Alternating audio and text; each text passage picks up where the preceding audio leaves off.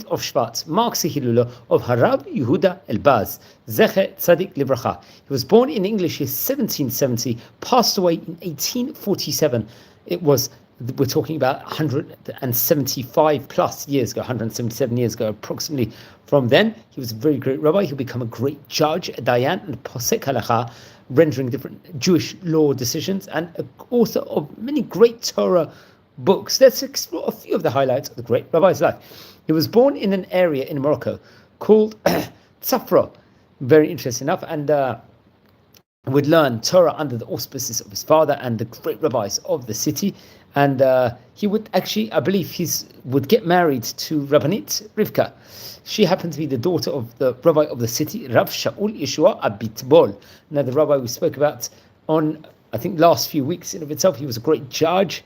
He was the chief rabbi, I think, of Safra, respectively, in Morocco. So he married into a great family. I believe, come with the Hebrew year, Hey Taf Kuf Samach Aleph, he will be appointed a דיין through Rabbi Shaul Seriro and Rabbi Raphael Ibn Sur. Very great rabbis in those places. He would also work as a mohel, I think, and perform circumcision with many children in of itself. Very interesting. Remember, we've spoken about many rabbis before, from the Fez, from Safra, from Casablanca, all different areas of Morocco. So it was reported that he was quite wealthy, also, which you have to speak about. He lent money to various members of the community. He was known for his love of the land, and even wrote several poems about his love within regards to the Eretz in of itself and the environment. And he had business relations with other great rabbis, including Rabbi Rafael Aharon Montenegro, who happened to be, I think, at that point in time, the rabbi of Fez. He was a very famous rabbi there, especially during the heart of the 1800s. He had a large library containing of many manuscripts.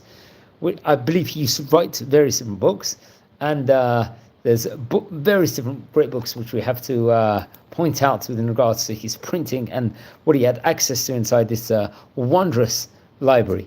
I think including a book of Rabbi Yehudah Kalatz Harishon, if I'm not mistaken. So very interesting. He really, really did love books, and I would explore everyone to. He had acknowledgement.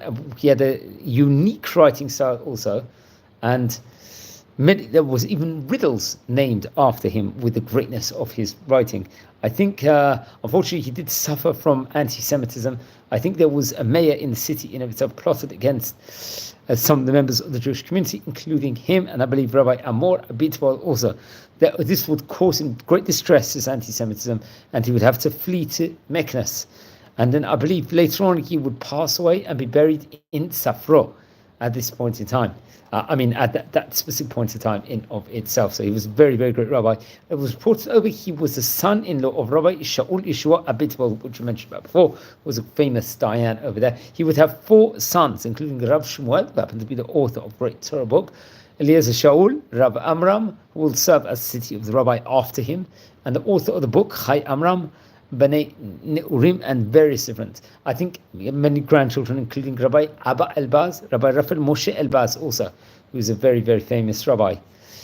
Itself, I think he was a poet also, a rabbi, a scholar, and the author of many different poetry books especially.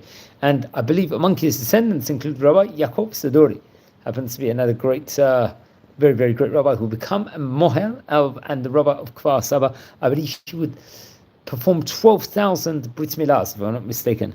Another one of his another one of his descendants is Rabbi Meir Elbaz.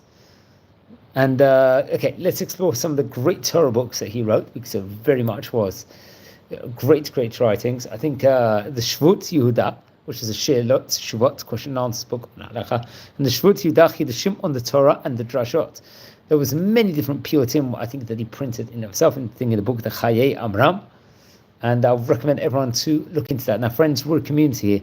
We're learning about the great Oriental Rabbanim of yesteryear. If you happen to be interested, or you feel anyone will be interested in watching or hearing any specific videos, please share with them the videos. If you haven't subscribed yet to the channel, please subscribe to the channel. Wishing you blessings from Israel, and take care. Be well, everyone.